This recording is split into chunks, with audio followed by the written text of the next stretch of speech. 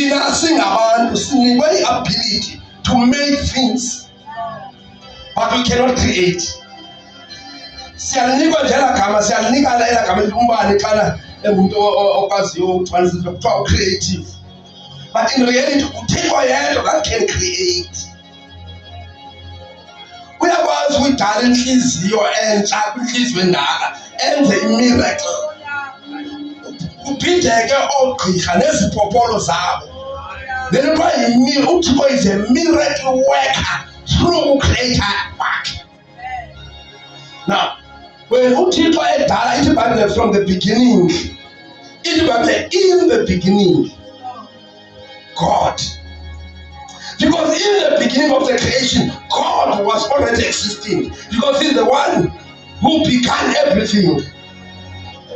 Kuyaqala into ekhona. Khumbula ngoba sithe uThixo akadalwanga kodwa udalile. Amen. Ngafuna ke uhlaka ake sifunde ke ilizwi ke lokho siqale yonke ke le nto uncwadi iGenesis. Masiqale ngoGenesis lethu na. Oh yes. Chapter 5 verse 23 24. Ibabe ngokubuthakanya na. Enoch osemnombeni ka Adam. Andifuna ukuyitsala kudeke kodwa kuthiwa ke yena waphila iminyaka 365 yonke. Qhubekeka sisi. Verse 24. U-Enoch wahamba noThixo akabakho ngokuba uThixo wamthabatha. Enkosi. Siyabulela Thixo kakhulu ngezwi lakho. Nako konke kuzakwenzeka apha kuzakuthetheka. Sibulela inspiration yamandla kaMoya Oyingcwele. Guidance engumangaliso. To equip, to uplift and to revive impilo zabantwana bakho. Ahlale bekhuthazekile. Basebekhuthazekile baqhubekeke babe kwelinye inqanaba lokukhuthazeka ekuzinikeleni kuwe ngokupheleleyo. In Jesus' name, amen. Character uqala ke evelileyo kube ngu-Enoch. Ndicinga ukuba ivesi ithathe njena yonke le nto iphile kwizinga eliphezulu kakhulu, ngoba indaba ka-Enoch yile sithetha ngayo, sikhuthazana ngayo nakuncwadi iHebrew sikhona phakathi kwamaqhawe okholo. U-Enoch siyeva ke apha ukuthi Enoch was 65 years old when he gave birth to unyana onguMethuselah. At the age of 65, not even ndisekudala kakhulu eminyaka, waphila for 65 years. Let's remember this, abantu bakudala babephila iminyaka emininzi. Adam nabanye ufumanisa uba baphila 920, 950, 912 njalo njalo iminyaka ababeyiphila abantu bakudala basabanye. So i-365 yayingeminyaka emininzi. uThixo wadecide njena uintervene ekuphileni kwakhe, abonakalise something else, but wayesefresh kakhulu. And ke ngokwexesha lakudala wayengalindelekanga uba ngaba angafa ngelaa xesha. In fact zange afe, kodwa masithi ke wayengalindelanga angangabikho. Wayesalindeleka uba uzawuzala aphinde azale, because abanye bazala at the age of 700. Kuthiwe omnye wazala sons and daughters. Babe khona babalwayo mhlawumbi ababini, kuthiwe at the age of 800 wazala sons and daughters. And then after ngokuyi-900 years kuthiwa waye wasweleka wafa. Now sibona ke apha ke uThixo engenelele ebomini bomntu osaphila esalindeleke kakhulu emhlabeni. Now kwi-65 years waba nonyana, then i-300 years wayiphila eyiphilela ukhonza uThixo. Yeah. So for 300 years le ndoda lena ikhonza uThixo like nobody's business. Imkholisa, ikholwa kuye. He pleased God. Now apha wahamba noThixo. Now masijonge ubomi bakhe, because kuyingozi ukufuna ukukholisa uThixo kodwa ungahambi naye. Yeah. Yeah. Because you will end up uzama ukuzenza izinto ngamandla akho, uzawuhamba uphelelwe ngamandla endleleni. Now sibambe lento ethi wahamba noThixo, wamkholisa uThixo. Into uThixo kungoko wasuka wamthabathela kuye. Ngamanye amazwi wasuka wanyamalala ebuthixweni, wakhonza uThixo, waphelela kuThixo. Akabikho, akukho nto ethi njengaku-Eliya no-Elisha wenyuka. Akukho nto ethi njengakuYesu kwincwadi yezenzo bekhona abafundi bakhe wenyuka. Kodwa kodwa wamthatha uThixo. Ngicela ufundela nge-English, ufundele sisechapezela English okanye akekho. Ufundele mntanam. Verse 23. Mm. So all the days of Enoch were 365 years. And Enoch walked in habitual fellowship with God, and he was not, for God took him home with him. Sure. Lo muntu lwana asisebenzisa igama lithi kwaba nelakhi. He was blessed. Yeah. What a blessing, bazalwane. Uke nenyama yakho, I believe whatever uThixo oyenzayo, i-transfiguration yenzeka zangangcwatywe physically. Yeah. Yabona xa umjonga le ndawo, ujonge mhlawumbi okanye sitrace ubomi, sijonge uEnoch, sijonge uAbel. uAbel waphila wabuya wafa wangcwatywa. Si-spiritualize, sisuke nayo siye nayo kwi-New Testament. Baninzi mos abantu abafileyo kwi-New Testament, siyayazi mos abangcwatywe abakhonzi bakaThixo. Kodwa kukhona olu hlobo lwabantu oluzawuthathwa ngemini yerapture. Yeah. Singatsho sithi uEnoch was raptured. Yeah. Yeah. Ivela kuGenesis into ezakwenzeka kwixesha elizayo ukuthi abantu abaqualifya ukuba raptured, to be raptured, to be caught up. Kuyavakala mzalwane. And then ngabantu abazamkholwa uThixo, ngabantu abazamkholwa bamkholise behamba naye. Abazufunwa osilunyanga ngela xesha ngoba bazabe bekuye. Ndiyaye kule ndaba ke ye-New Covenant, masidlule njena kancinci.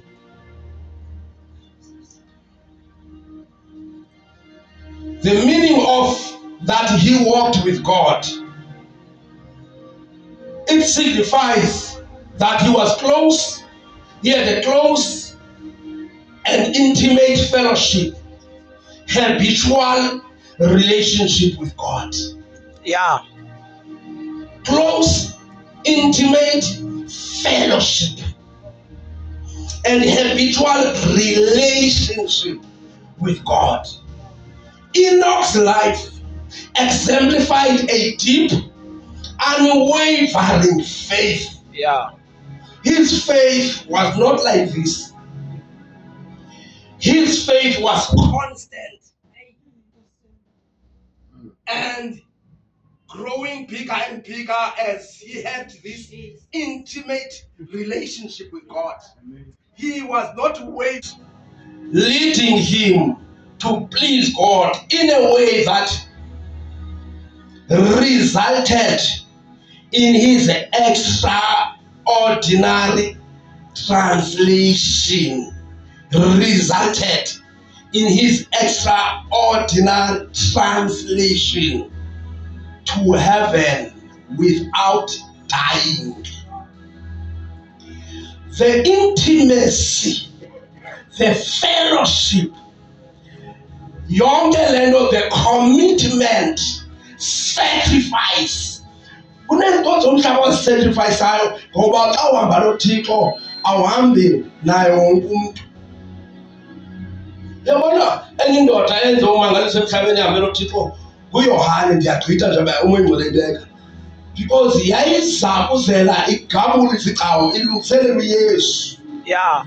ihlala ezinze khona ukuze ikwazi, ngoba uYesu wayedinga iforerunner, wayedinga umuntu ozawumintroduce ukuthi ngubani.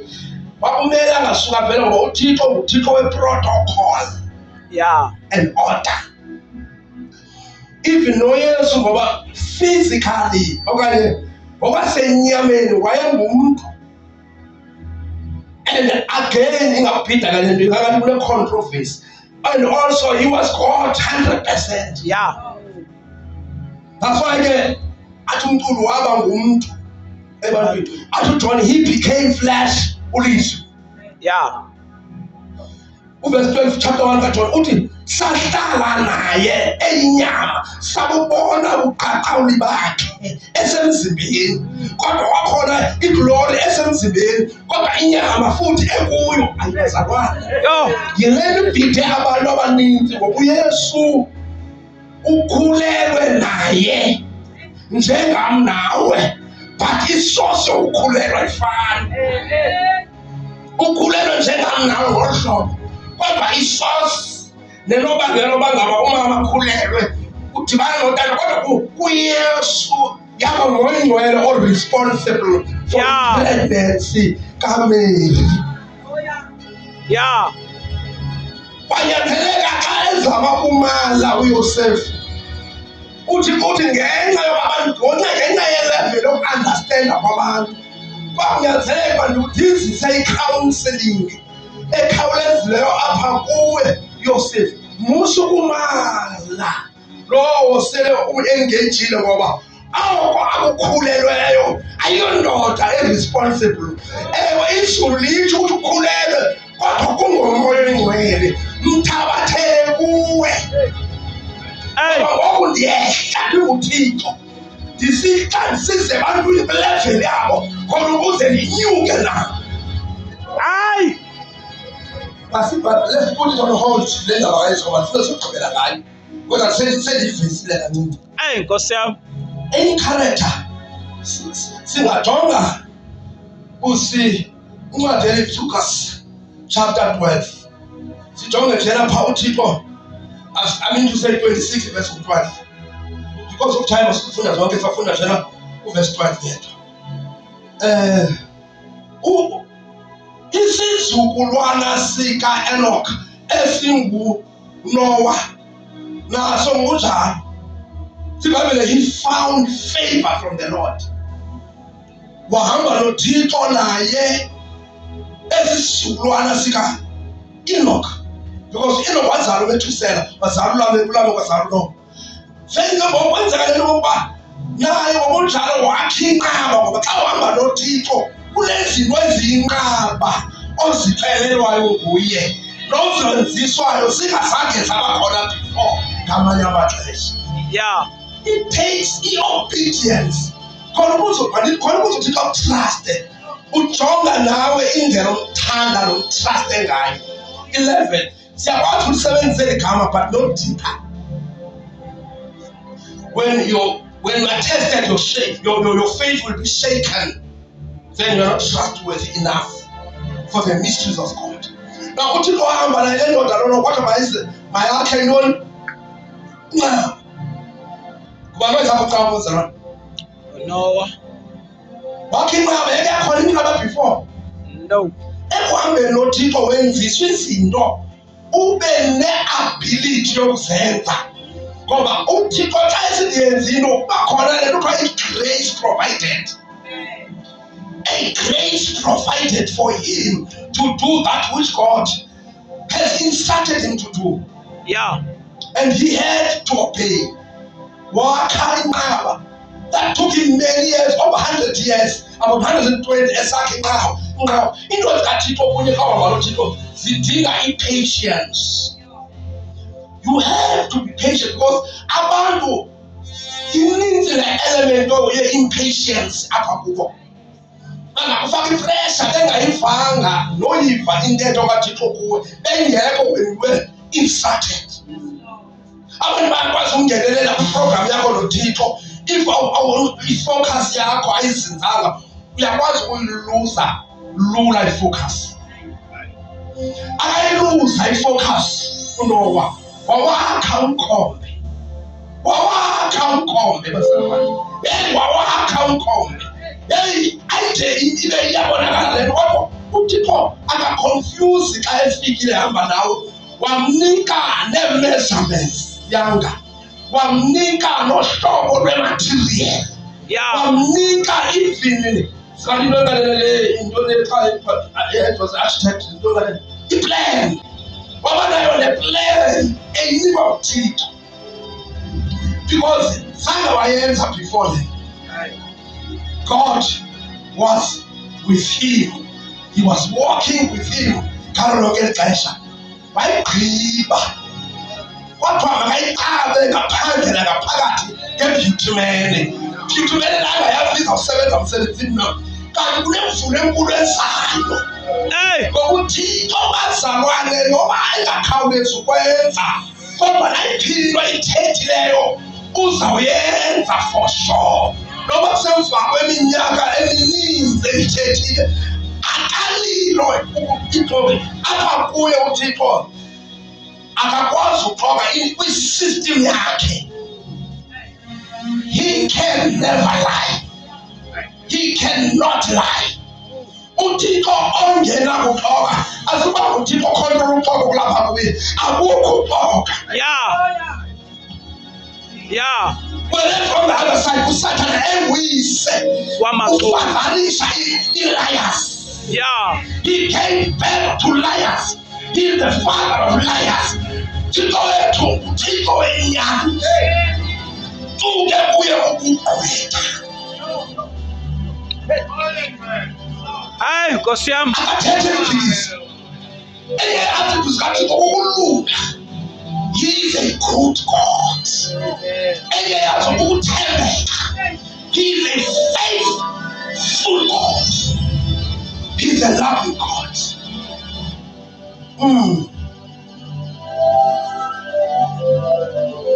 uNoah bangena emkhombeni. Yenzeka lanto ebengayi-understand abantu. Noah wenzani? Ngakha umkhombe. Into leyakha inkulu kangaka, wayibona into engaka esakhiwo. Hayi, ndixelelwe nguThixo. Uyagqiba nini? Kunini 20 years, 30 years, 40 years, 70 years, 8 years uyakha. Hayi, ulichanda liphamba nayo. Abamba ukutsho kaThixo.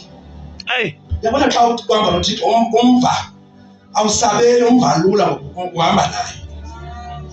Umva lula. Wabe uNoah clear. Yabona kumlando uvuthixo. Xa une-relationship naye right.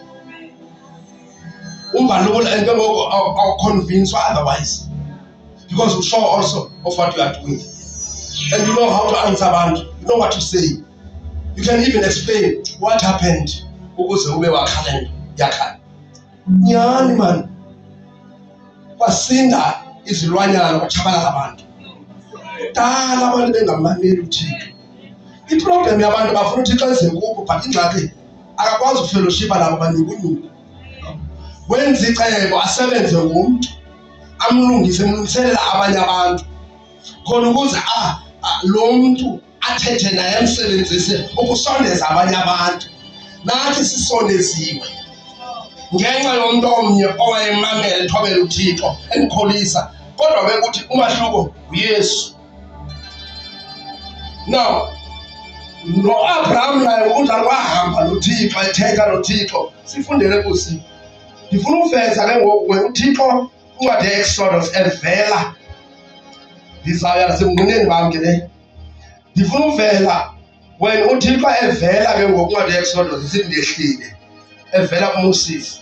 Sizoyifunda loo ndawo.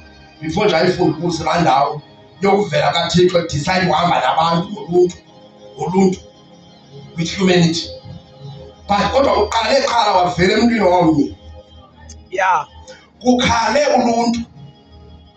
Uluntu ongekho ready noba luyive ivoice kaThixo, olungekho ready noba lusondele kuThixo. Imeko yabo yayibabhekise kakhulu kuThixo. Nalo mntu mnye amlungisileyo kwathatha ukuthi kwenzeke imeko ngemeko, izinto ngezinto, izikaleko endizaziyo. 40 years ekhuliswa epalace, 40 years ekhuliswa ewilderness, 40 years ebuye ezolanda ibandla. Now, at the age of 80, waba ne-encounter noThixo.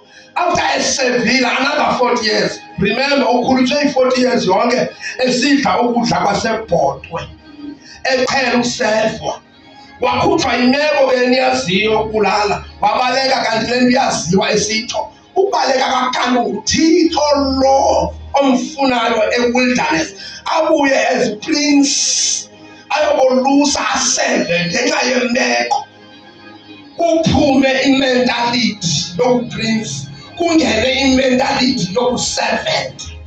Yeah. UThixo akasoze akusebenzise unje uro unje, kufuneka ukhuphe uburo ukrwada onabo akusebenze azogqiba ke ngoku akukhame ube down to earth, azohamba nawe uThixo ijeni. uThixo wambiza ngotyholo olutshaya lungapheli, we know the story. Kanti uThixo udilishana naye kuqala. Yeah. Because akamsebenzisi umuntu angadilishana naye uThixo emsebenza kwabanye abantu. Siyayazi ipasi, siyayibona ipasi, uThixo uyadilishana nepast yomntu ayigcine athi nalu uqala olutsha, this is the new beginning yobomi bakho. Nasi isiqalo esitsha sobomi bakho. uThixo usaziwa ngepasi, kanti sowube ne-encounter uThixo emathafeni, kungekho umntu like witnesses loo nto, but abantu bazobona indlela othetha ngayo. Bantu kwenzeke ntoni kuMoses? Simva indlela athetha ngayo, ayinguyanga loba wena 40 years, una-8 years uyethetha ngoThixo ephethe intonga as isimbolo yokusefa. Ubuyasela ubucaba obukhulu, kodwa emlonyeni wakho uphuma uThixo. Unjalo lo hamba noThixo. I tell you, you don't have to introduce yourself, Sister Sipho, awudibene noThixo. Yeah. Just open umlomo wakho and then izazidiza imeko ngoba lo udibene noThixo. Athi umuntu bekade eku-ignora uthetha xa ekukhupha into ngomlomo, okanye before uthetha ignora undermine. Umbona umuntu ak-undermine engakwazi. But now uyashumayela, abashumayela bazawuyazi ke, especially xa usemtsha. Qonda lamaxhego ajongele nje nalabaxhekazi. Liyawathini elipholopholo batshiwa nakuPawulos, wathi abasilimamele kanti xa bemnika i-chance uba makathethe uPawulos, yho uthusa abantu. Now kwakuba njalo ke emntwini ohlangene noThixo, ohamba noThixo. Uthi u-Isaya udeliwe, ushiwe ngabantu, indoda enomvandedwa, qhelele nezifo. Uthi xa simkhangela kukhondwa ethi masimnqwenele, kodwa ubetho lwabasebentola baphezu kwakhe. Yo, Nkosi yami. Wayemvula umlomo Yesu, intetho yakhe ibinambitheka, was palatable. Ebekwazi ukuthi utsale attention abantu bekude, wazavula umlomo, kodwa xa umjonga naxa ethetha zinto zimbinane ndiyiva lonke. Yo. Akho nkangeleko, kodwa into ephuma emlonyeni wakhe, madoda, izwi lakhe lihlala enhliziyweni ngoba wayehamba noThixo naye. Amen. Andifuni ngokuphuma kule ndaba kaMoses ke siya kuyo. Now uThixo kuMoses ndihlile, ndive isikhala sabantwana bam ndihlile nsobahlangu abesemthuma ke kunjalo nje yancoko ke ndiyayazi ancoko kuyesolos. Now fast forwarding ke sebephumile ke ngoku zenzekile miracles 26. uthini uThixo ke ngoku ebantwini nabo abanayo encounter noThixo. Verse 26, chapter 26, verse 12, 11. Leviticus. Sifundele ke sisi, sikhawuleze. Any one of you? And I will walk in you and with you. Sure. Yima. Yivava, I will walk in you and with you and among you. Hey, Nkosi yami. That is amplified, ne? Yes, continue. And I will be your God. uThixo nawo uyazazisa ebantwini ukuthi I will be your God, walking in you, walking with you, walking among you. Yeah. And I will be your God. And you shall be my people. And now, knowing also your status, because the Psalm nesenu and I will be your God. Iphelela khona. And you shall be my people. And you shall be, you Yeah. shall be mine. Nizazi uba nibhilonga kum. Yeah. Uzawuthi uyahamba ukhona uThixo ozitsholoyo ngokwakhe bathina luhlanga lwakhe lukhethileyo. Sibhilonga kuye. When sibhilonga kuye inintsi into ayideclareyo phaa uThixo. Uchaza into enintsi ukuthi xa abantu bebhilonga, umzekelo xana abantwana bebhilonga kuwe, wakhe indlu ibhilonga kuwe, ineyadi ngolu hlobo, akukho mntu kumele asuke angene without ipermission umnikazi wendlu. Yeah. Funa ukwenzela nje umzekelo njalo. UThixo uminister oba ngaba now that ke ubhilonga apha kum, you are in my territory. Yeah. I will fight for you. Yeah. I will fight your battles. As a father, as your God, I will see to it that I provide for you. kuThixo lohamba nabantu. Now uyazivela ukuhamba noluntu ngoku. Now uma sinothetha ke step by step ngasitshela ixesha masikhumbuzane nje ngento ezimbalwa. Sibona uThixo esenza miracles for abantu bakhe bakhululwe. Yeah. Ngoba ngoku sebebhilonga kuye. Simbonile esenza imiracle lokwadlulisa kwi-obstacle. Lento kuthiwa yi-impediment. Into engumqobokazi omkhulu phambi kwakho. Athi there is nothing that will hinder my purpose ngani. Uma ndifuna nidlule entabeni, intaba izawuvula indlela ivulela nina ngoba anisahambi lodwa. Yeah. Ngoba nihamba nam. Xa kuhamba noThixo kwenzeka ii-miracles, ii-signs and wonders. Abantu abahamba noThixo bamele babe besothuka, brother Fanele. Abantu besogoba kaloku uThixo ohamba phakathi kwamakhulu bakhe wenza kanye uspecialize ngezi zinto abangakwaziyo ukuzenzela zona abantu bakhe. Ngoba uthe, you will be my people. Then I will take care of you. Umnakekela. Hi. Unakekela indoda ngenye imini ethi sathi uhamba nayo. I hear him saying, walk with me. So I have decided to walk with you. If uThixo uyazavela kuba na onoyirejecta i-offer enjalo. When God says walk with me, I say to you walk with me, for I have decided to walk with you. Hey. Wasuka wanethisa abaphela wanethisa imana baya yabasisonga isonga esivela phezulu engasebenzanga ngoba uThixo ngoku abantu bakhe bakwitheritori yakhe baselulawulweni bakwikingdom yakhe emhlabeni. Hi. Uhamba nabo wabaprovayidela. Ngamanye amaxesha uphume utsaze amanzi elityeni. Bathi xa belala ebusuku kube nelitha lomlilo libashushumeze endlango kungekho zinto. Ebusika ufika babengazi ngoba uThixo wayebafumanele ngomlilo. Ethe, walk with me, for I have decided to walk with you. And therefore I will take care of you. Very, very good care of you. I'll provide for you. Go. Lilitha aphume njani amanzi etyeni? That's God. Aphume kanjani amanzi etyeni?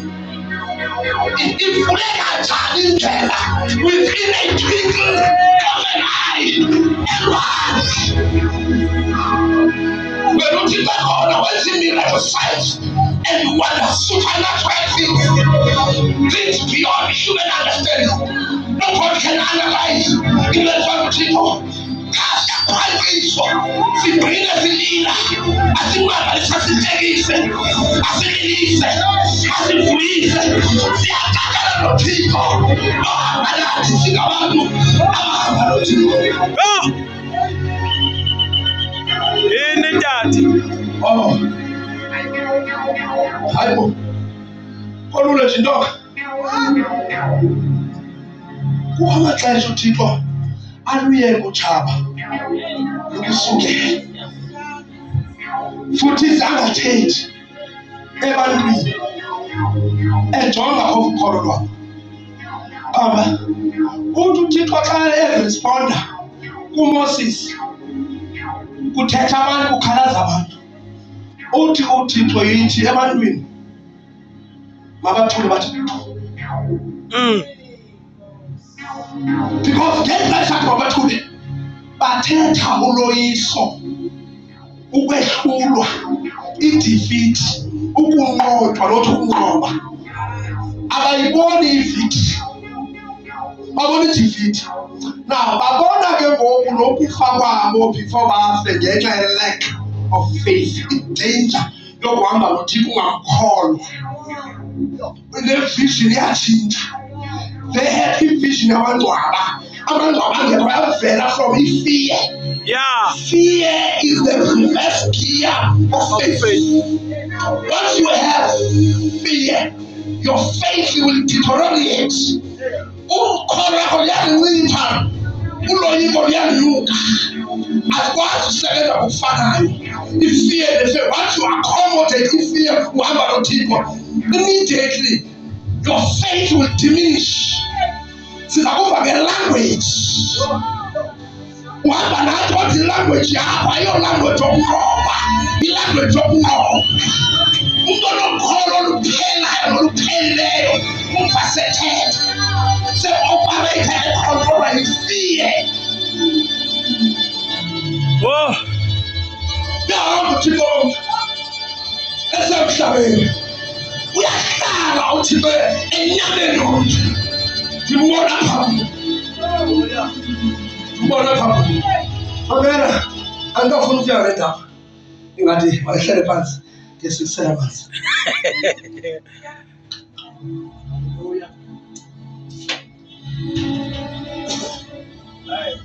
Amen. So bakhula nabantwana babazali nasendleleni.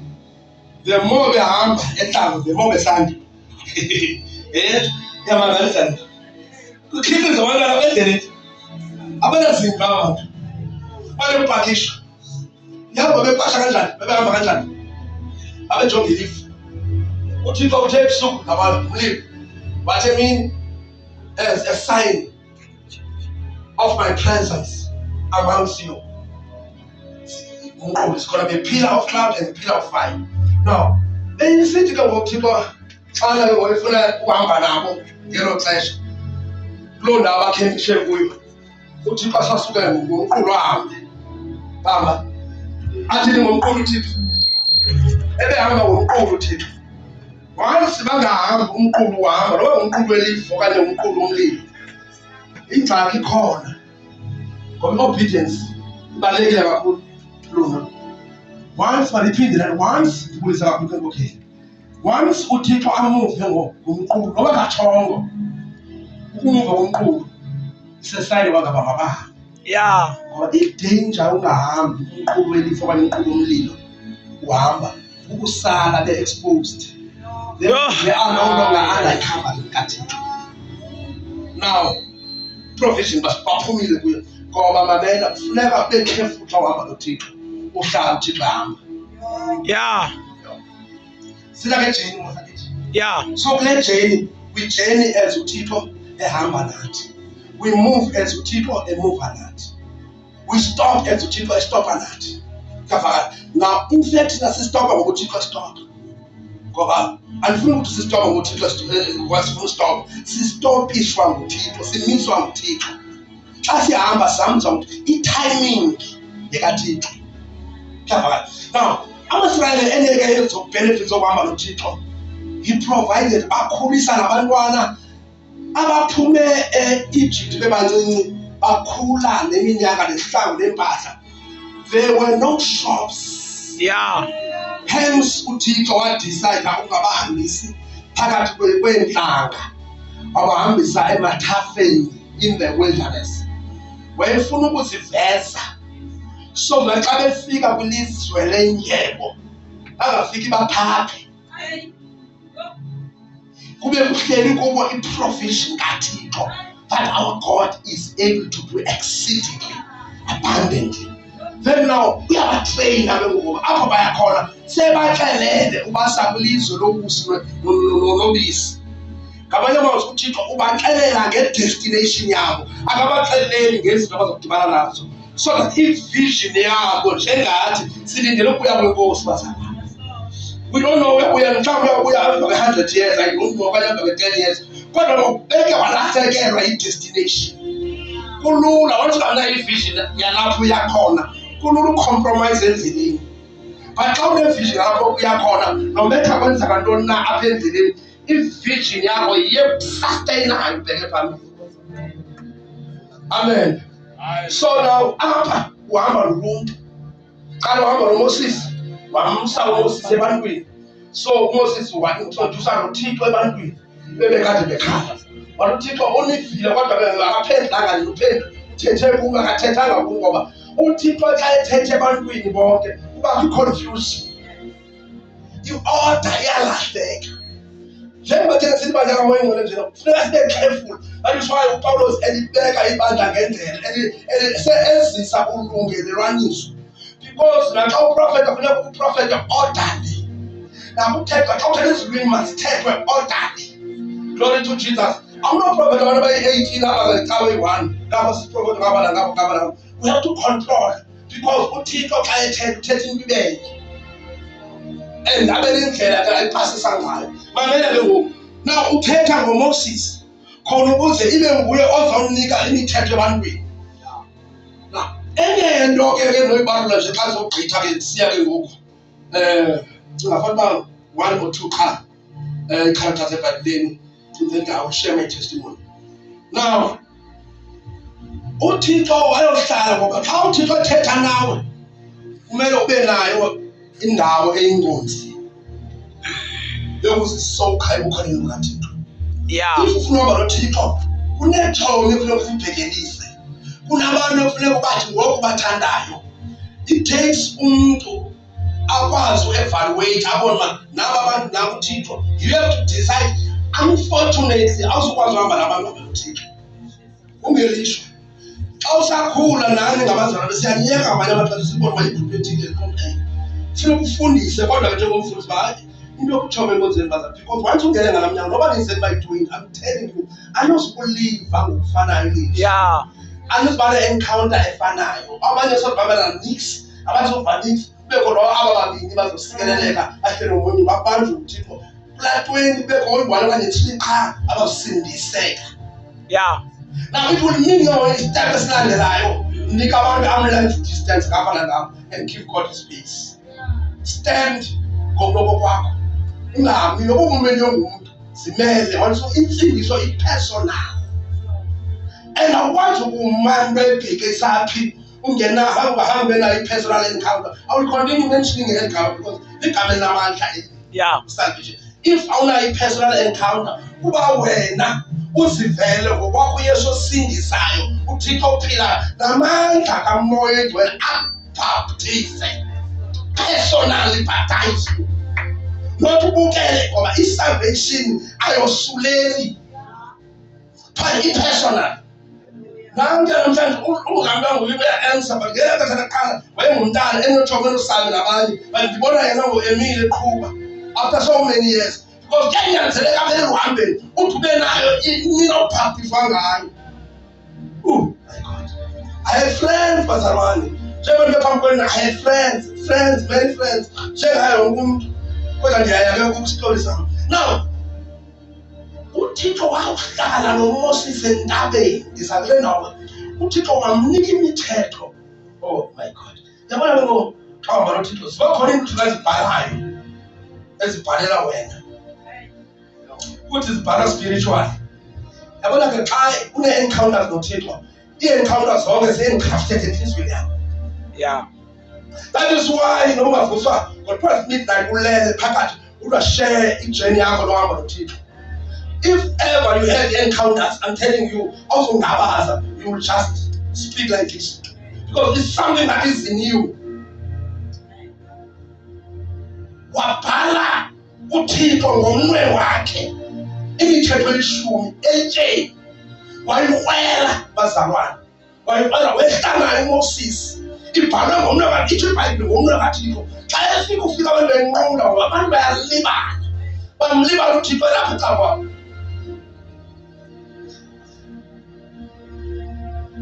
uAaron yenye inkokheli, yenye ikharektha ke leyo, ikharektha engekho right uAaron, because nobizo olu lwakhe lona lubizo oluxhomekeke kubizo lukaMoses. Indlela kathi unalo ubizo, kodwa yena ningamandla kufuneka yena abe ngusomlomo kaMoses. Yeah. Because Moses ubeke excuse about mna ndiyatshintsha it. Uthi what after the argument conversation badla ubrother wakho umdala kodwa spiritual umncane. Nokuthi uliphamba usebenzisa ubrother omdala as usomlomo kumninawa wakhe. Asubmit kumina ngoba inyama bazalwane bayothetha ngaloo nto leyo. Ngacabana abantu abaninzi ngoba indaba yesalvation iyakwazi ube neminyaka emininzi usindisiwe, ube neminyaka emininzi yokuzalwa, usindisa umntana mhlawumbi difference mhlawumbi 20 years, but spiritual abe greater than you. Amen. That's true. Now uAaron angaphasa phansi amatye ngenxa seMoses ngenxa yomsindo, wafikela umsindo. That was a challenge yokuqala wayifumanayo. I-anger yamenza alahle. Mamele kulahla lo icwecwe ibhalwe ngubani? uThixo. Ulahla Phansi. xa ilahla kwenzeka ntoni? Ndaqhekeka. Andalibona ivalini lokuthi fanele ndithetha. Yeah. Ngenxa yentoni? Ewe siyayibona le uba ngaba abantu bayamosha. But ke ngoku indlela ayihendlishe ngayo ukumosha kwabantu bakaThixo, uhendlishe nge-anger. He ended up throwing down into ayiphathisiwe nguThixo, umyalezo. Yeah. Elahla umyalezo ngenxa yokumosha kwabantu. So the question is, ingaba le nto ayenza iyayijustifya na? Le nto yenziwa ngabo bantu ne-anger yakhe iyayijustifya nento baqhekeze? No. Icwecwe libhaliwe? No. Yeah. That was wrong. But abantu bayenza loo nto xa uhamba noThixo. Uyatestwa. That's side of the face. Utestwa i-anger management. Because if akwazi ukumanage i-anger yakho, iyakwazi ulahleka i-message xa i-anger ingapha kwakho, i-overcome, ushumayele ngomsindo. You drop the message xa usenza loo nto, ibe nguwe manifest kuwena.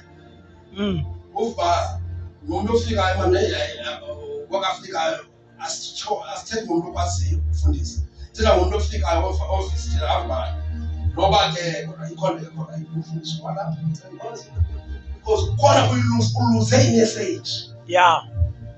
Ngoku kubalulekile ke bazalwane bam, xa kune-anger ungashumayeli.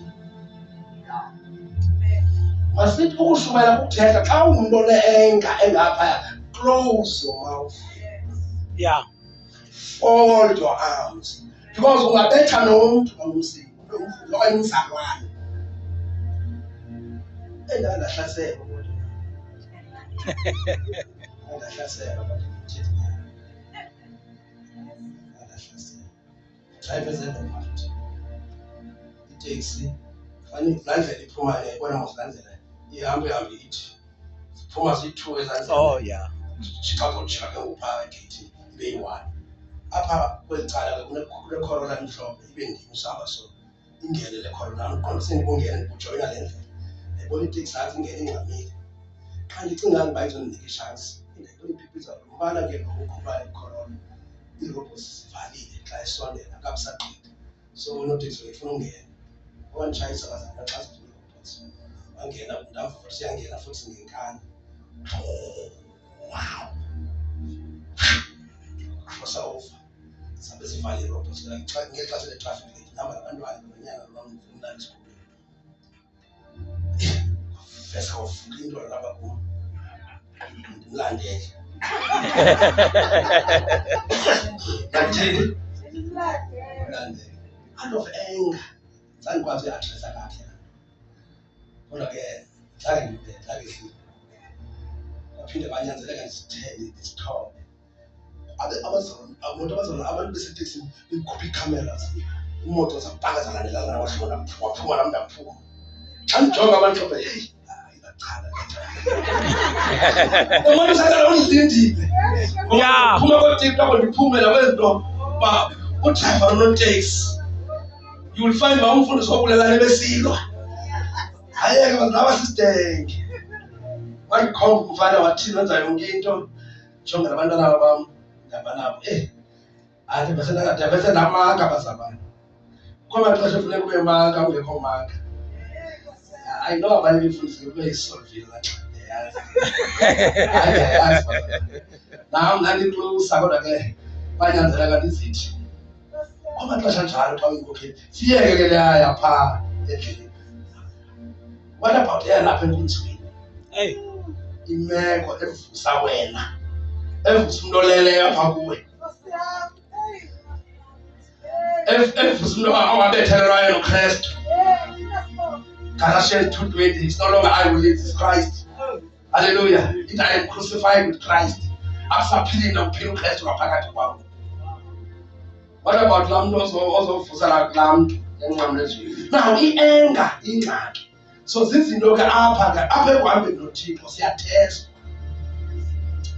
uMoses uke wayenza into yoba ngaba akhombe etyeni ngoba kwakutshiwo aphume amanzi.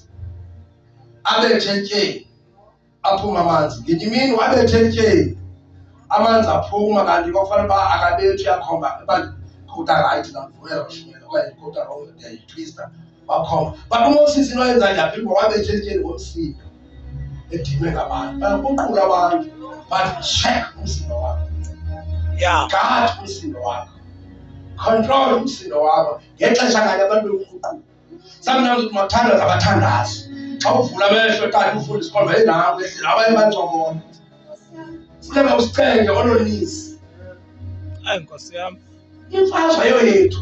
Kwamaxesha siphume apha kuThixo. Sifuna uzenzisela ngokwethu. uMoses wabethwa yiloo nto ke yiyo ke yena nto yamenza uba angayofika ke yena ke wayesefresh elizweni leKhanani angayokwangenisa abantu. Now ukuhamba noThixo ke uThixo akasebenzisi imethod eyi-one. So there are many different kinds of methods that God uses ukuhamba noThixo. Now ubakhuphile uMoses ekhombile, but when uYoshua ethatha over naye uhamba noThixo, banyanzeleka yena baqale njena athini ngeenyawo zabo emanzini bangene banyathele. Yeah. Umlambo iJordani wavuleka. Wavuleka xa bewela wena khona umangaliso wenzeka, but not ngendlela efanayo naxa bekwela abantu noMoses.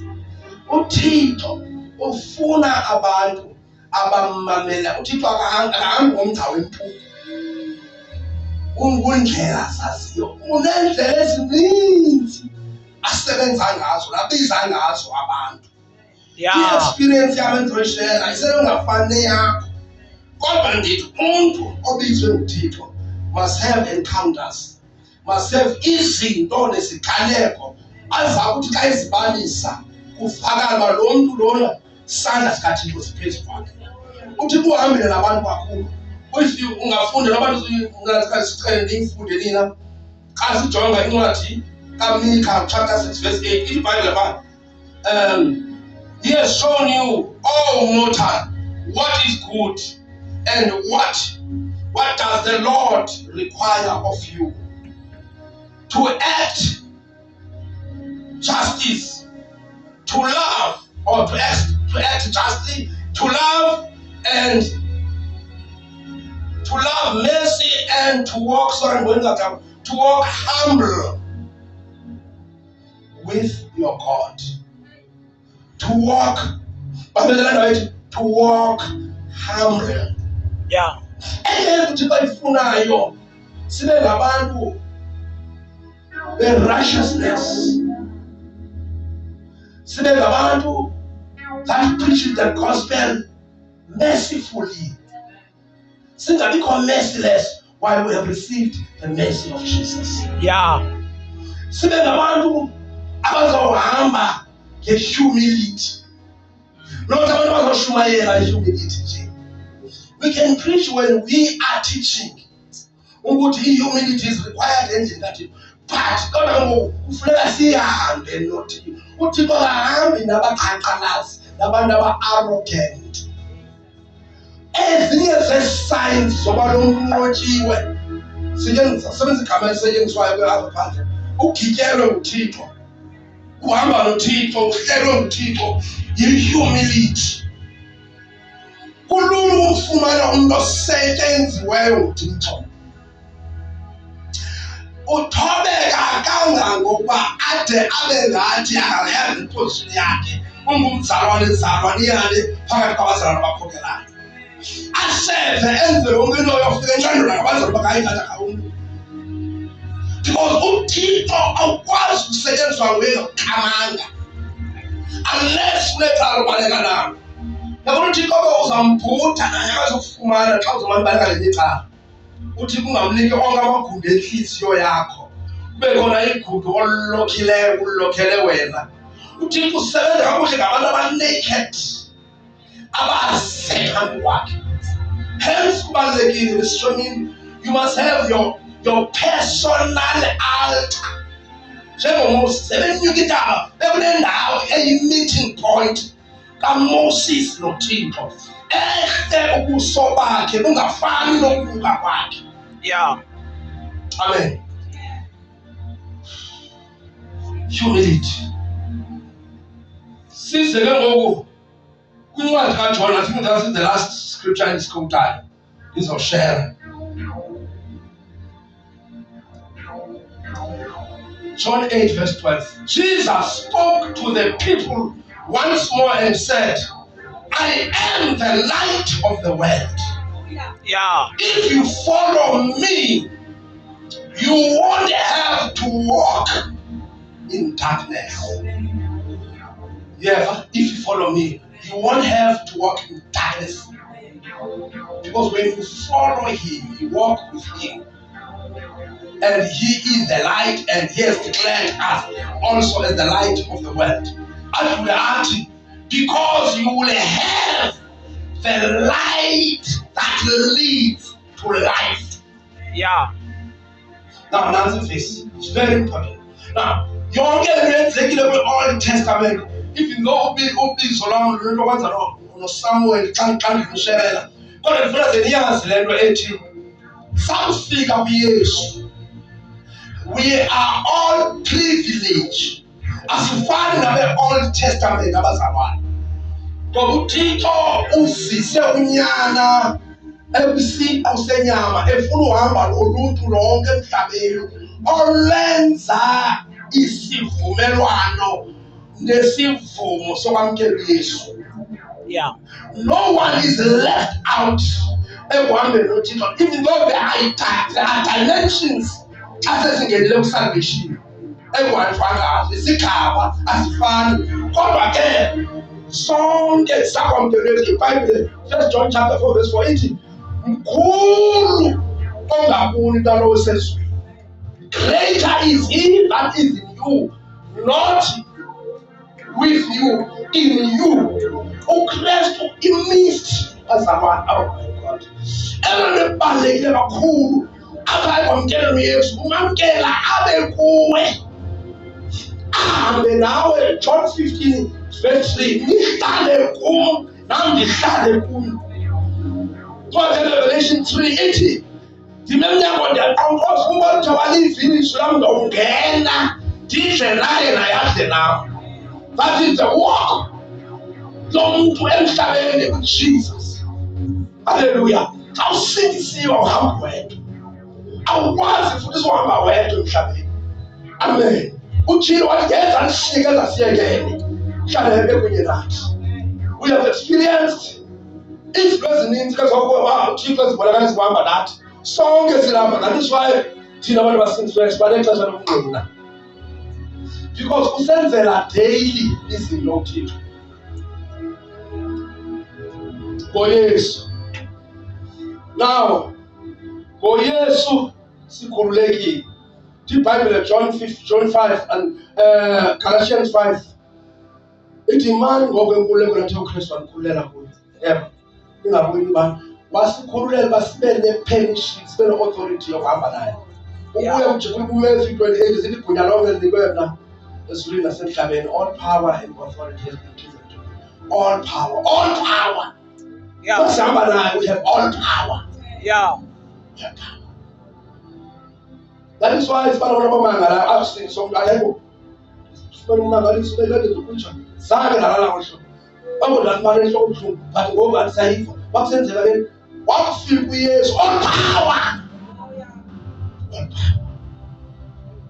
power. And listen to whom I'll try to summarize it. Sendishilo kuba igama lami ngumluleki. Ngizalwa bazalwane abayi-8 ekhaya sinabazalwane abayi-8 wesixhenxe ke mna. Abafana sibahlanu intombi zintathu. Wena 7. Remember man? 7 means? Yeah, ndivela number 7. But ke ngoku ngizalwa kwindawo yaseLady Frere. But ke ngoku izinto zaye zatshintsha ekhaya. Utata was a farmer where he was one of abantu ababefuyile kakhulu in the area. eLady Frere, not far from Queenstown, kwicala ngaseKomani kodwa kwicala eseLady. Then utata was graced by God ukuthi xa imfuyo yakhe izale kabini wayenemizi emibini. Ukhona omnye ngasentabeni apho khona wayehlala imfuyo yakhe ikhona malesiya naye bekhona lapha ezantsi. So imfuyo yakhe ayizala kabini. I don't know nabona andisafuna uyazi yayisenza kanjani but yayizala kabini same gusha. So kodwa yenza bayande kakhulu. But ke ngoku kwakhona ingxaki within the family. Even though sasisebancini phaa kwi-80s ngenxa yaloo nto. So saqala kuba ne-challenge ekhaya ke. Qala kwagula omnye brother wam, gula nomnye, kwagula nam. Ndithetha ngam ke ndingathethi ngabo. Yeah. Around about 1985 bafika oomama abathathu ekhaya beke ndayishela zandishela. Ndafika ekuseni silungiselelwe esikolweni siyele esitulweni. Loo mini leyo kwakuzawubakho i-concert andicule ekwayareni. Bafika abamama ekuseni yazi mos xa usiya esikolweni uya uba ready nge-past 7 funeka uhambile for about maybe 10 to 15 minutes uya esikolweni. Isikolo singena ngo-8. So bafika abamama nge-past 7 kanye xa sitya ipapa sizawuhamba. Ancoma ke umzi kamama uyawamkhulu xa sebadala. Wabizwa ngomdala ke wazogqibela ngam ndilapha ke. Into endayibambayo kwabamama noba ndandisemncinci ngumnwe. That is why abantu abaninzi bengafuni ukhontra. Ndiyayiqaphela ukhona because bathetha nje ngemilomo yabo.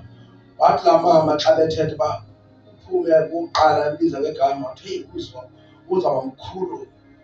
Uzoqala kwabani, uphume kwabani ungene number 2, number 3, number 4 mkhulu wam. Aba bayi-2 abakhulu abakhona abadala abasebephangela. So singabafana abathathu abakhoyo ngalaa mini. Sihlela apha esitulweni ngokushiyana. Wathi laa mama angabakhombanga bona, bakhomba mna. Xa ikhomba mna ke kuthi uyokugqibela kwamluleki wathi laa mnwe ndisawubona nangoku. Kanti senditsho ke ndiyayisamaraza ndiyayi-understanda ngoba kanti wayendiphawula, wayendimaka, endimakela iinto zakhe ezishiya nam. Ngabheka esikolweni umama uthuka, ndaphinde ndabamba uba umama xa behamba ayivakali nto ebeyizele ekuseni. Ndabahlala kwindawo i-N1, omnye uhlala ngapha, omnye uhlala ebhekhe ekhaya, omnye uhlala ngapha, omnye badibene nini ngabani ixesha ekuseni kangaka. Amagqwirha. Yeah. Gqwirha.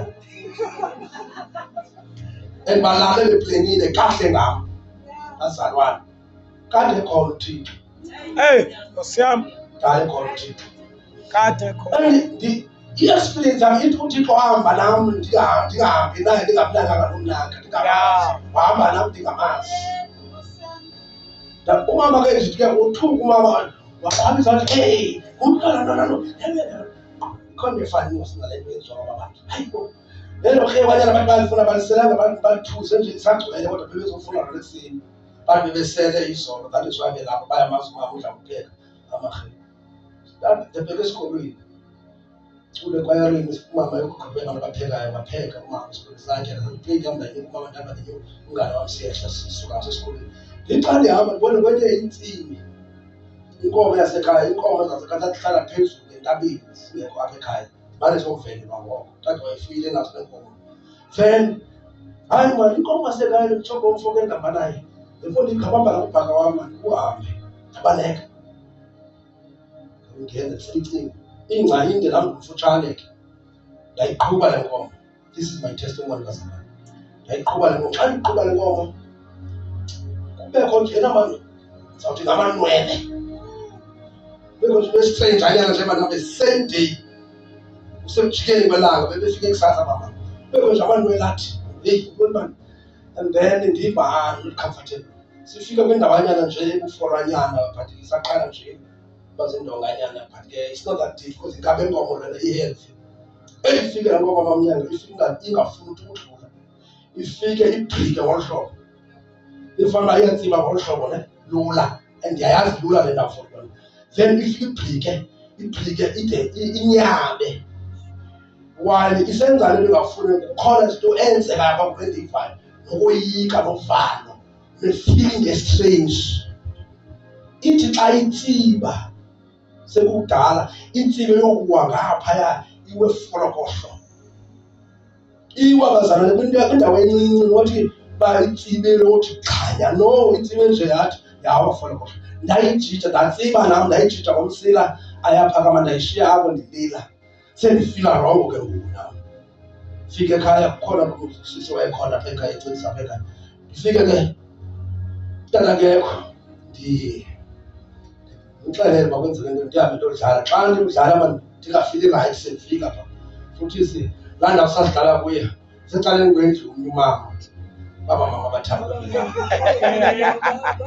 andiyazi yaba yintoni ngoba ndaqonda uba inoba heyi hayi babelindile lapho bethwa ngentonga ndoku sasibethayo ngento kuthiwa iplay into kanti ukriket sibetha nobhola ke so ndahlala ecaleni kwenye indlu emfutshane phayana andafuna bandikhwaza bandincama ndasuka ndabheka endlini kanti ndifike ndagula endlini for the first time ndikhuzwa yini andiyazi wakhona nomnye umfo naye wayendincedisa apha ekhaya ekuluseni xa edlule esithi wandibona weza wandijonga wandibona uba ndikhona nto ufuna utata phana lomncinci wakhe then so weza utata wandithatha ndisemntwini sukela ngoko ke bazalwane wam ngestori eside ndingabe ndikuhamba amagqirha ndibone izinto ndawulala esibhedlele komani ndingakwazi uhamba tata wandibhalisele kanti esibhedlele maybe after 3 days 4 days wadake mntanam laa nkomo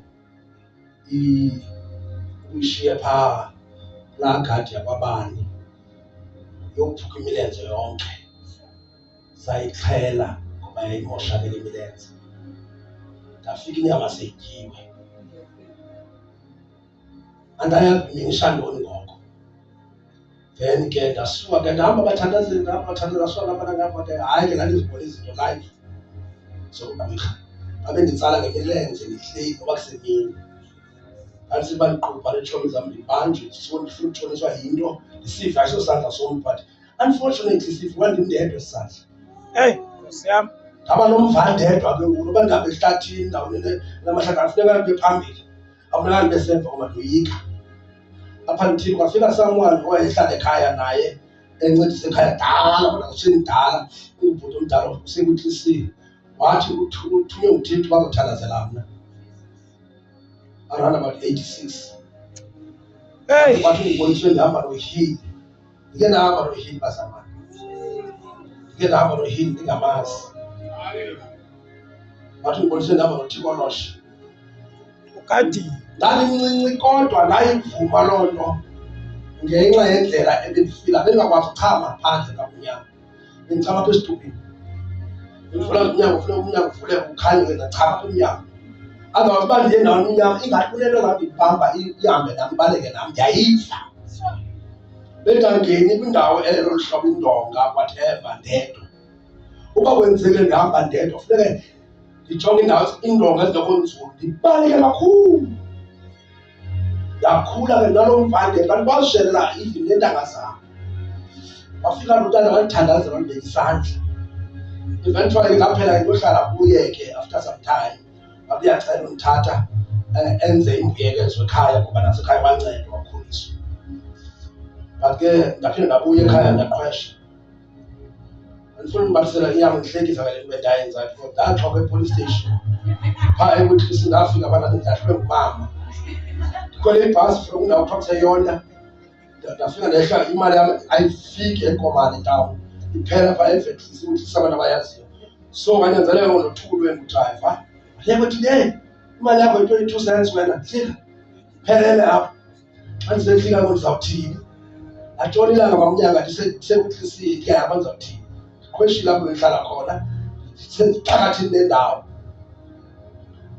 Ndadivide bakhona apha elokishini esandla kunokhona umfana okuthiwa nguFezile abasuka ngapha balanga hamba ndifuna yena. Ndathi ekuhambeni kwam ndafika estadium kudlala ibhola phaa lamaxesha. Sendisuka ke uba kwikhefu ifishare phayana because noko ihlelo eli kwacaba noko ndiyalidinga ihlelo 15 phaa ngothuthi. Anayo nemali. Ndabona abafana balapha ke kumapharanyana so. Bajonga abantu abakushiye leftovers. Batsibe nam ndabaplothu bazalwane. Abaplothu xa umntu eshiye loo ifish nekota yesona itsibe nam qomba futhi indlala iyandiyenza sijamela nokwenziwa nam itsile siqhudana ngaloo nto. Noko ehlisi izinga noko lathi ikheji yathi kancinci nje ndangena elokishini.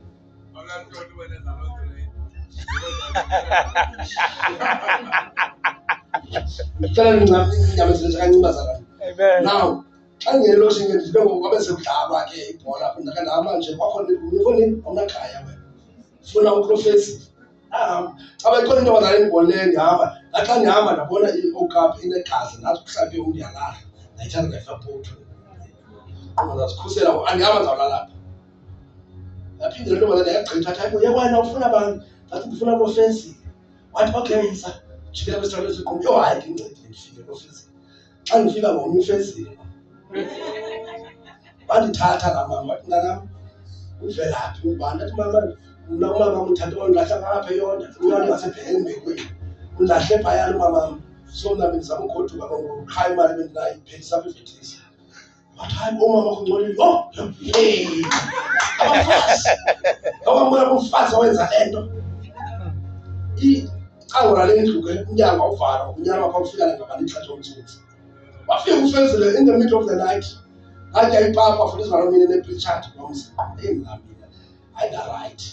Xa ndalaliswa kwicouch because iroom le kaFezile. Eva xa ebuza uFezile sitya.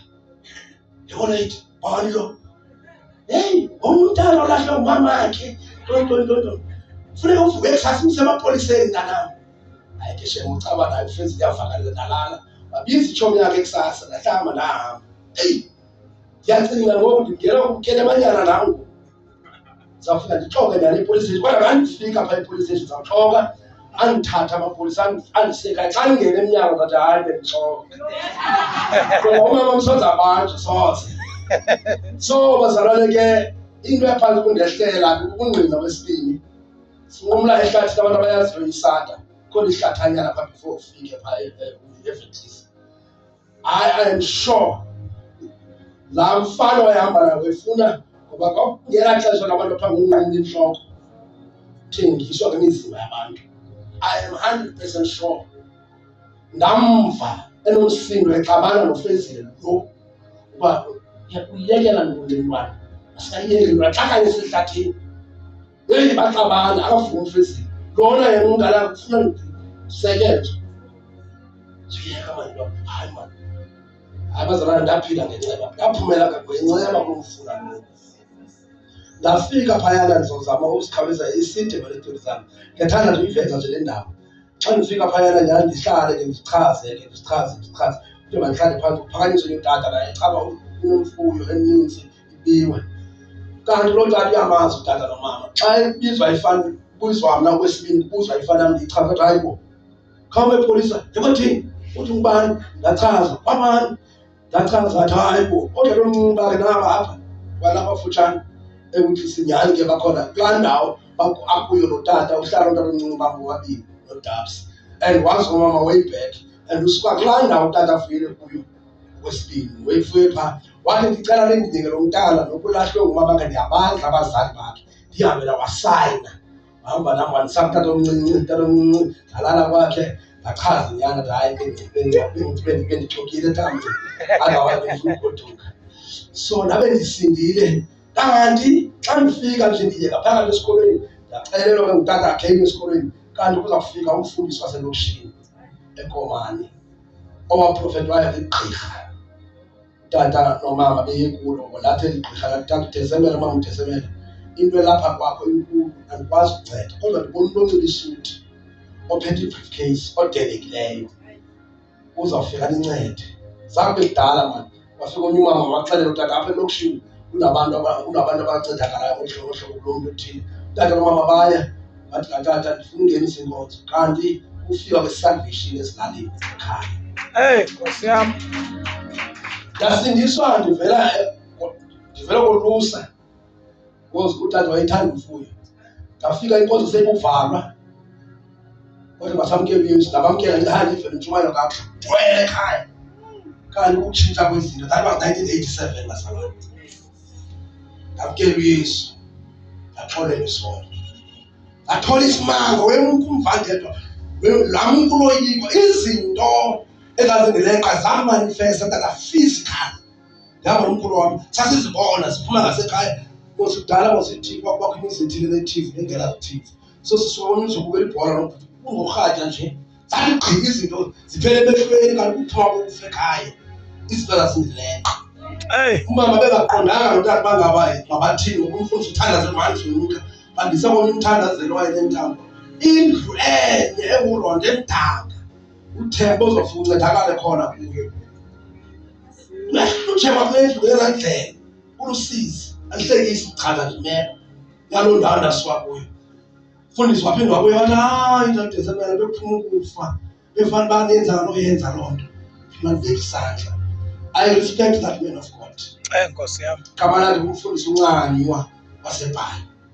Qho xa ndiseBhayi is my father, ndiyaya endlini yakhe up until now, under the leadership of Apostle and the leadership of Apostle Dr. Masele. And then ke ngaba ngumntana ke kusukela ngoko one-encounter. Yeah. Ndivumeleni ndithi ndabhaptizwa ngoNgcwele 1987. Ndabuva amandla kaThixo. Ndandishumayela noba ndihambe ethafeni. Ndithi xa ndibona amahlahla ndibona abantu. Ndingenwe yinto endingene, ndishumayela kuHlumo oNgcwele. Ndithi xa sinemihlangano koomaQueenstown ekoomalinge ndime, sinenayithi yokugcwele, ndingumntana oneblazer yesikolo emnyama. Ndime ndishumayela ukukhala abantu. Ndingayazi abantu batsho isandla sikaThixo. Kodwa yayingenile into endingeneyo ngoko, kusukela ngoko I served God like nobody's business. Glory to Jesus. Served God, there's a cow ndahlala eBhayi, kulapho ndiyagqibezela zonke izinto khona. Okokoko ndikhonza, ndiphila under leadership kaApostle Masele. I came to Cape Town 1997. Ndisiza for the second time 1991 ndandilapha. Then ke ndaseBhayi ndabuya 97 because ke ndakada lapho ukujikeleza ekufundeni. Intentions zam was to pursue isifundo, but then ke ndayishiya phakathi loo nto ndandiyenza. I was doing electrical engineering. There were challenges by then, but ke ndakhonza uThixo bazalwane ngendlela engumangaliso. Sandibambe isandla sikaThixo. Ngisiba ndimile kugcwele lolutsha abane-branches, bandithathe bathi utata uDesemela, ubrother Des, sicela athethe noba ngamazwi amabili nje xa sivala. Ndingayakwazi uzawuthetha ndithini ngoba kugcwele. Nkosi yam. Xa ndime ngaphambili kwenzeke nje into engumangaliso. Nam xa ndihleli phantsi ndimangala uba bendiyithatha phi yonke le nto bendithetha. Kanti kuqala uhambo lwam noThixo luyaluvela ukuvela. I was voted youth yalapha Western Cape ability as president. Branches zonke kwibandla lokulo. I led ulutsha as far as to Plettenberg Bay, kwi-branches yamanas njalo njalo. I never knew about Thibelekele, but enhliziyweni yam kwakugcwele ukuseva. I served God kulo bandla endisatsho abefundisi. Yandenzela lula le nto abefundisi baseKapa bebemazi utata, because ekhaya kwaphela emaXhoseni sekusemishini. Izindlu zaziyi-4 ekhaya, utata decided ungena kaYesu bathathe enye ixanda idilizwe ngaphakathi lenziwe iholo kukhonzela icawa lanikelwa enkonzweni. Nenye indlu engaphaya ingasegadini, kuthiwa indlu ngasegadini, yanikelwa umfundisi, uhlala umfundisi ekhaya. Izindlu ezimbini zazezenkonzo kwashiyeka zayi-2 sihlala kuzo thina. Kwaba semission kwakufika abefundisi from ii-branches around utata abakuhlalele kuhle. Sandaziwa ngolo hlobo naseBhayibhile, utata saziwa nayinkokheli. So naxa ndilapha eKapa ndaziwa ngabefundisi unyana kaTestament. He was an elder of the church. Utata wam until ke wayishiya inkosi. Wasweleka. Yeah, and then ke ukusweleka kwakhe umama ke wamuvela to eBhayi. We stayed eBhayi, but ndabe ndilapha eKapa ke mna ke.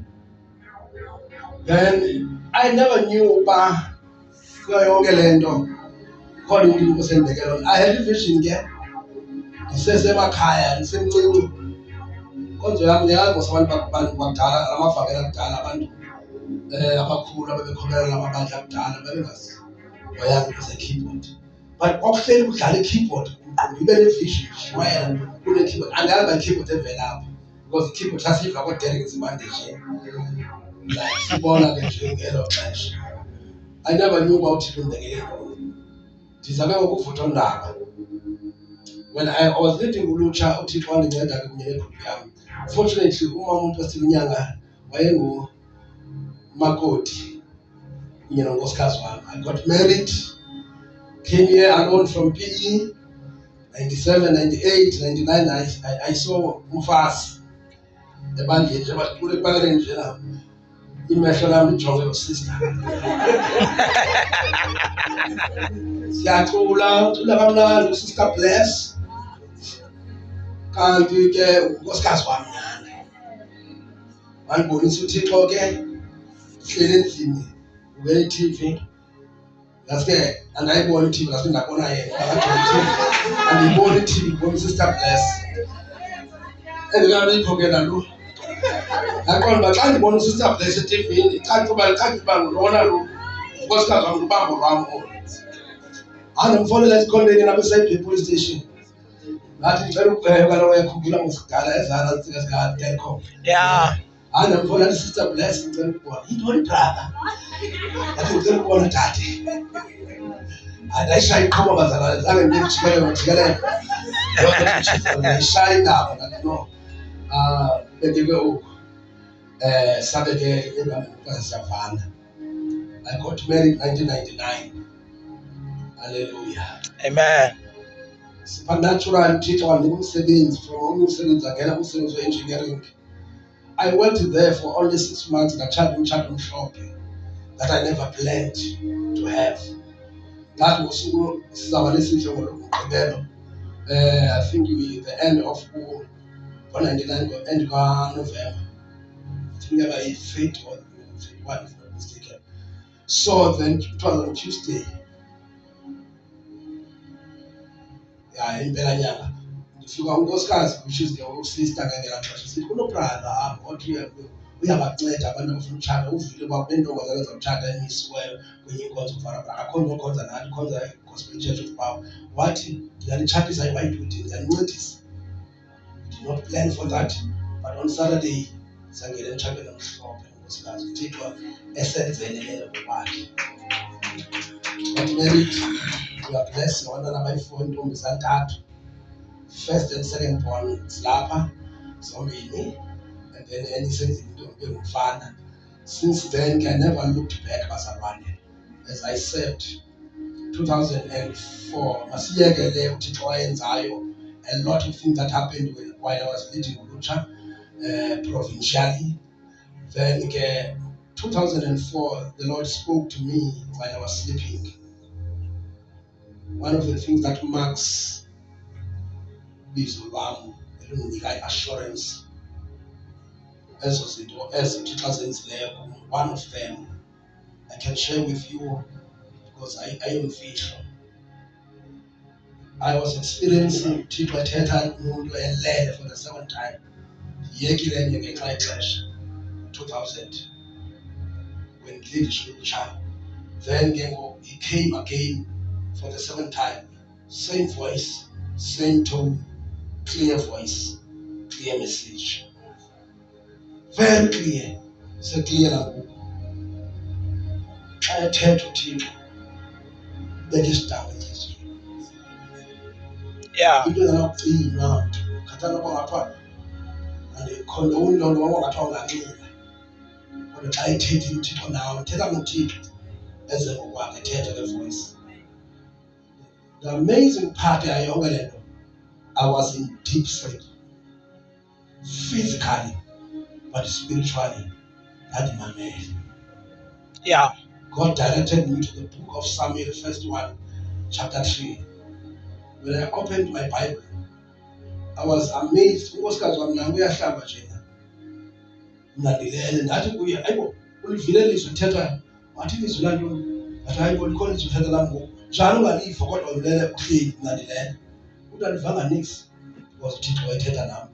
Yeah. Ithi ngeXhosa sika-1975 ukubizwa kaSamuel. Then I knew in my spirit ukuthi uThixo ubiza mna. I just knew. Into endiyifundile ekuhambeni noThixo nasekubeni uThixo athethe nawe uhamba naye. Ezinye izinto akudingi ukuzibuza abantu. Ungaya nje for i-confirmation. Xa ethetha, he does not confuse. What he says is clear, becomes clear to you. Yeah. I knew when the reader njena the heading is in the Bible. Take a look umntwana inkwekwana uSamuel yayilungiselela uThixo phantsi kombingeleli uSixhosa. Yeah. If the ilizwi kaThixo lalinqabile ngaloo mihla kungekho mntu lombolo otyhilekileyo. Iqhubekeke kuba wayehlala ebhodwe njalo njalo isibane singacinywanga weva uThixo ethetha wawusabela many times. Yeah. If in those days the young boy Samuel was ministering to God under Eli, and the word of God was read, there was no man with an open vision.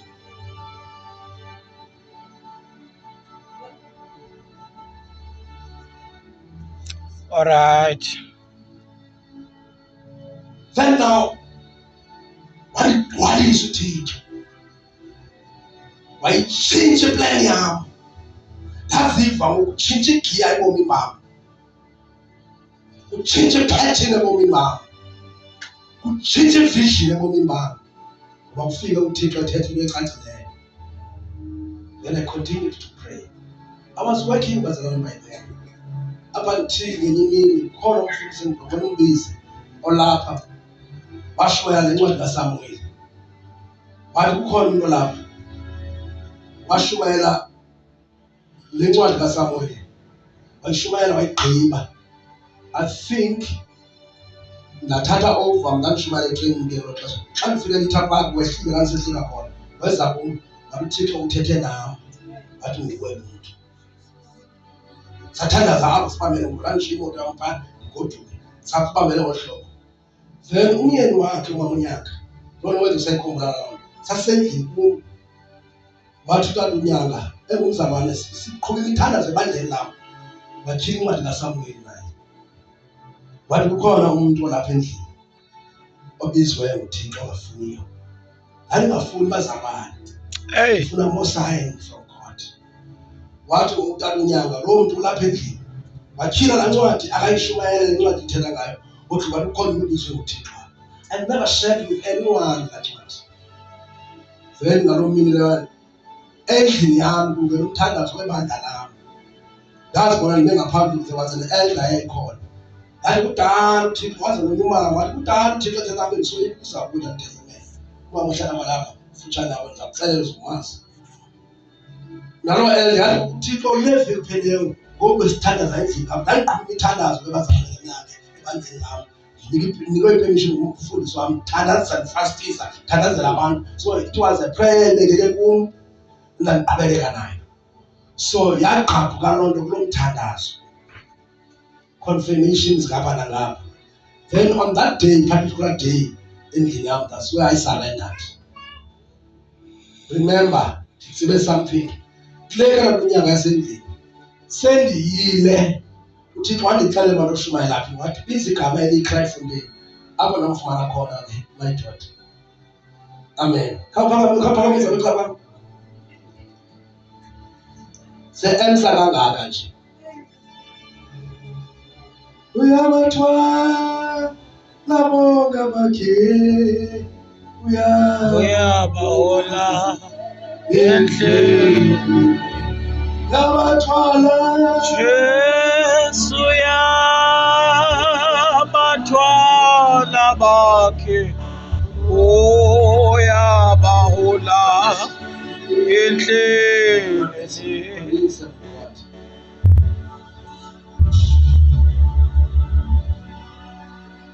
Ndithe ndisemsebenzini ndijampile, khona ndijabuleyo apha.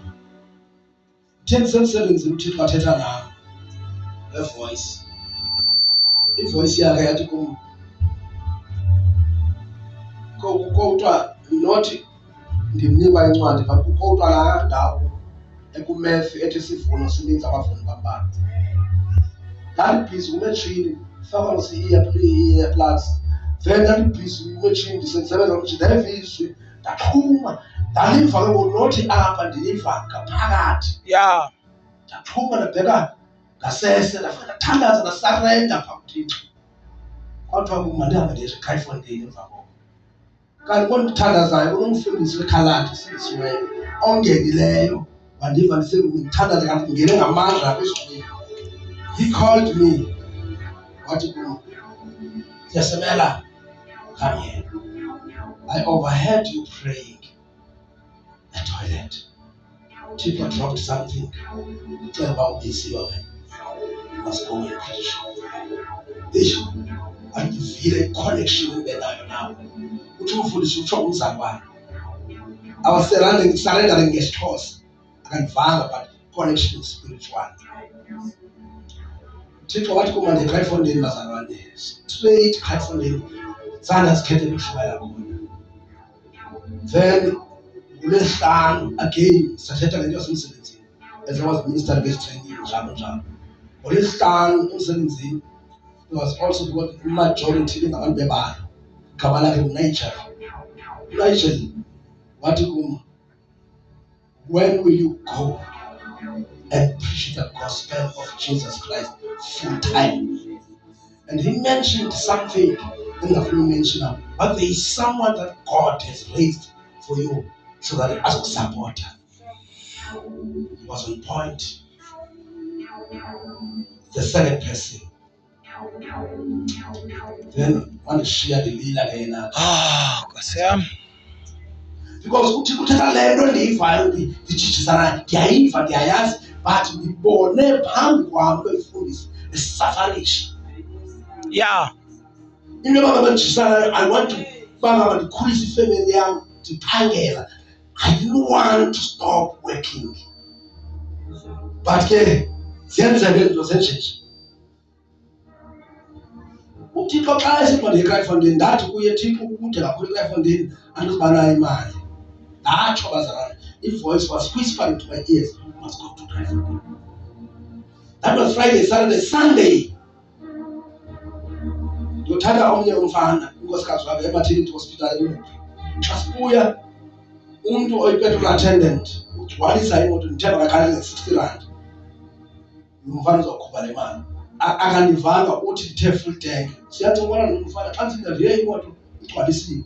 Efondini jonga. Athi umfana usaya, hayi le mali wenzani? Athi hayi bo ndiyigcwalisa, kuthiwa ndiyigcwalisa, hayi bendithe 60 rand, athi ndithe full tank. Ndithe 60 rand full tank zaphikisana.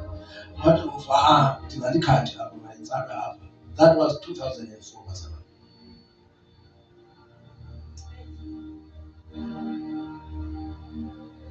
Way back kancinci again. Njengoba uThixo ethethele nam njena ndityiwa ngulo mvandedwa ndibheke ePasikeni 2004 kanti ilitha yam iyahamba kulo nyaka. Umpostile uTatumaseko. Xa ndifika phaa uThixo wandityhilela. Ndincokole nomnye umfana waseRhini ndithi kuye inkokheli yam ihamba inkokheli ngexesha lebreaki. Kanti wayegcwalisiwe ngamandla kaMoyingcwele. Wathi on Sunday ufuna abantu abayi-15 abazawuhamba ngaphambili. Athethe la mazwi ayethethwa nguDavide athi nam ndingangabona ubuso benkosi. Wacela iigruphu ezi-2 andaya ndifuna ukuya ndinentlutwele moswa. Wathi ndifuna unika nawe chance.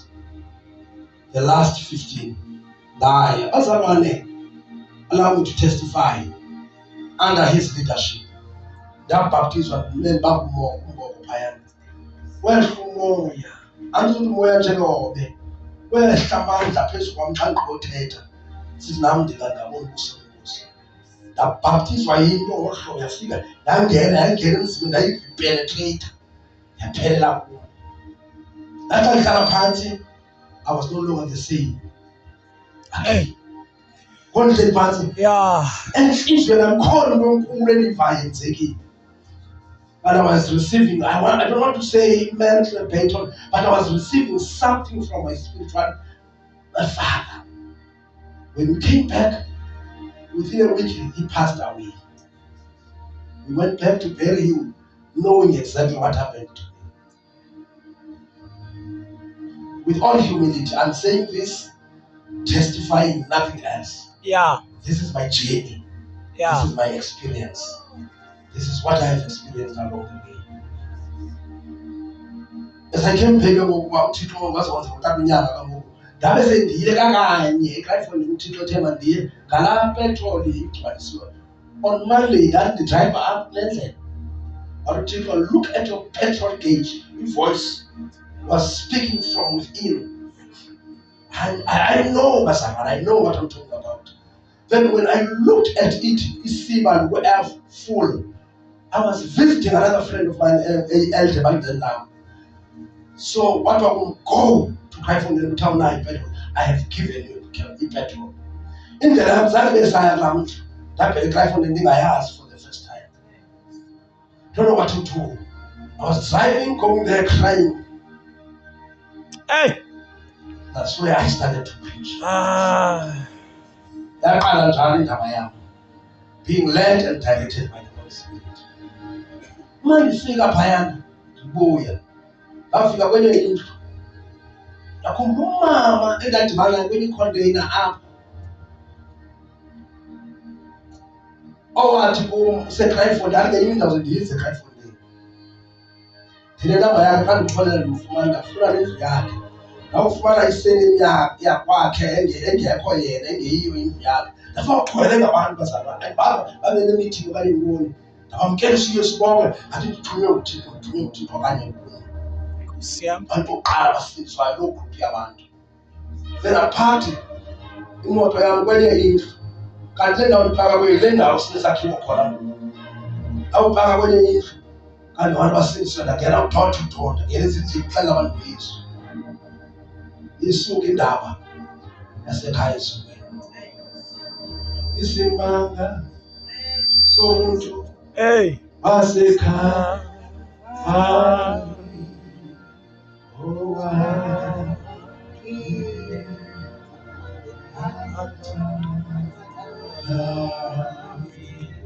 inhliziyo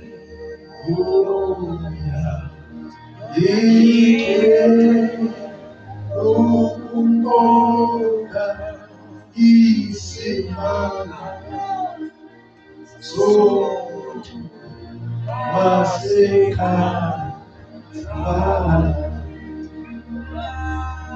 Hallelujah. I doubted myself again. Hey, Sam. I had what is called low self-esteem. The other reason behind was still young. I was still young. Behind low self-esteem was that in the age I never made. But it's a trouble with this. Then of money goes. sendiyekile uyoshumayela uthixo sethe mandiqalise ngaya kayithula yena manje inkosi kodwa uyatshayiswa yaphela sasiwela angena khona uTarunyana ngexesha ukuthi phaa endlini kwam abayazi abazali bebadala umfundisi wam akayazi ndinento ethi kum uba uthixo undibizile uyayiveza kwam wasuka uTarunyana waphakama uthixo lo mntu akafuna uyoshumana uzombulala ndabe mna ndinesivubeko ndinenantsika apha nenxeba lemoto yengozi yemoto uthixo abetshilo kumwela ubheke etawuthi uyothandaza nabazalwane kodwa mna ndikuthuma ngapha awuyi uthuma wena eNineve ndibheke eTarashish. That's when I surrendered in my house. Ndiyafuna igcina imizalwane sukela ngoko bazalwane ndavuma unkosikazi wam babekhona ngelisitsho waba ne-encounter true mna ilizwi lakhe xa ndimxelela uba heyi nkosikazi ndibiziwe wathi hayi nto leyo thithele ndiyayibona awusendyanga nam yeni wam wena ndanditshate naye wathi ndiyakukhulula yenza le mthixo athi yenza. We supported each other. She stood by my side throughout. Thixo ke bancedile abantu bakhe basindiswe abantu abaninzi eGraaffontein ngendlela. I had oppositions bazalwane. I had challenges, difficulties. But what kept me going there is the voice of the Holy Spirit. It was not my choice, it was his choice. Hey, Nkosi yam. Abantu alilizwi loba watsho wathi eGraaffontein. Ndikhululwe uqala ibreak yesibini eCrossroads. Umbono again omama wakhona. After 2 months, ndiboniswe lo mama efuna ukuya kwi-sanctuary kwindawo yamangcwele, spiritual speaking, engakwazi ukufika, efuna ukufika.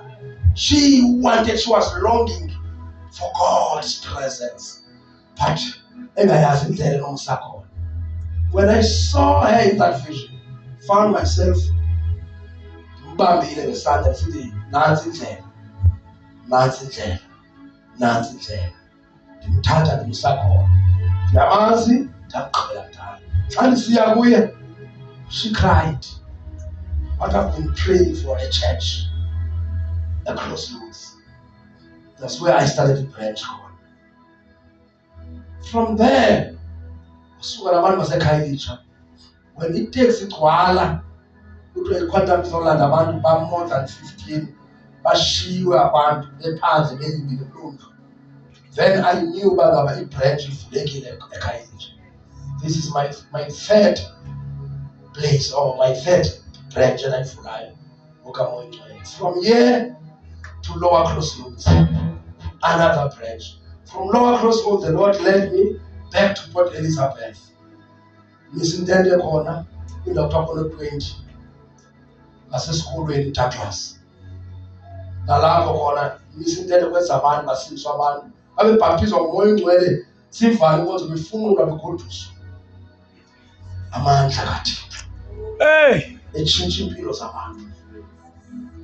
I've seen God helping people. I found myself going down by hands by through an open vision. God gave me an open vision around now. I went there, I booked a community hall. I've seen people around the cheap.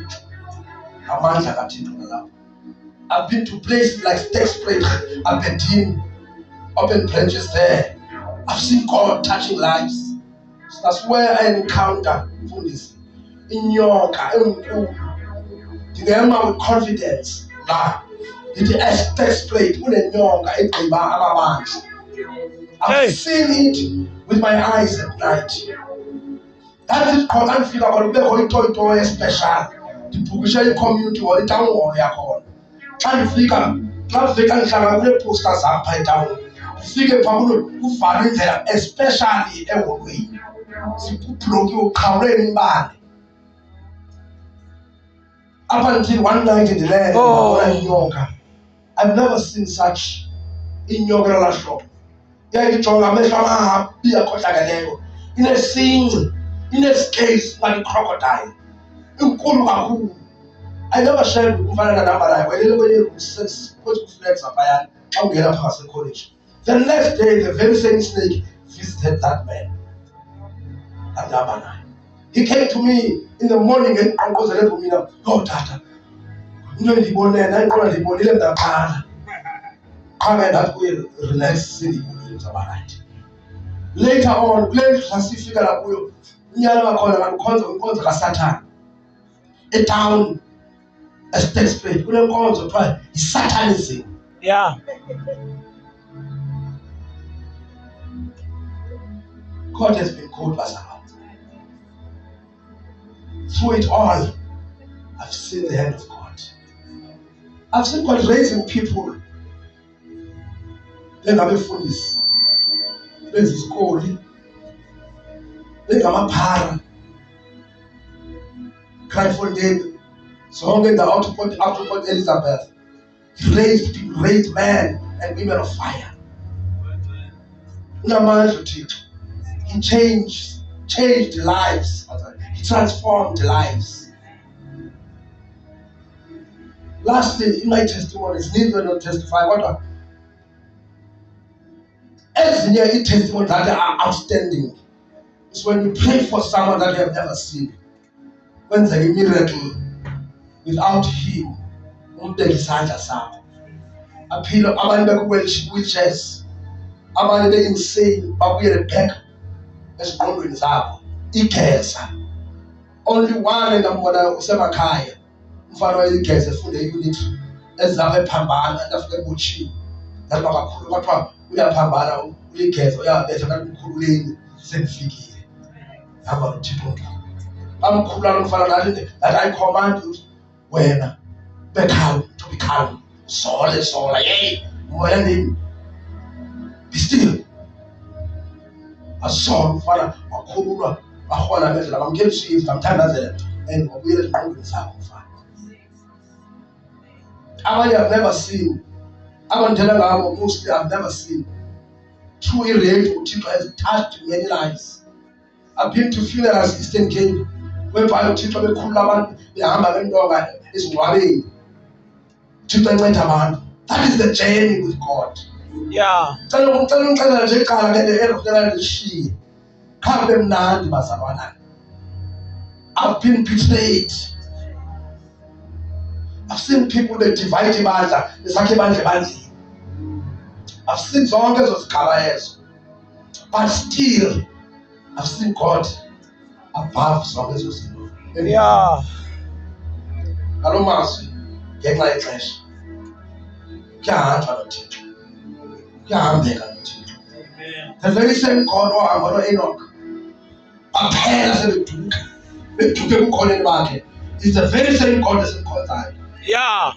Into engamandla ukuthi asivizithelwa uThixo ukuthi Nkosi yami. abantu babevizithelwa, Adam babevizithelwa, abanye bafuna ilocation ngoba bebebaleka besuka kwiposition zabo, but udecide ukuthumela unyana wakhe azohlala kuthi ebenyukile unyana ahlale kuthi ngomoya oyingcwele. Sinomoya oyingcwele ohlala permanently ezimpilweni zethu.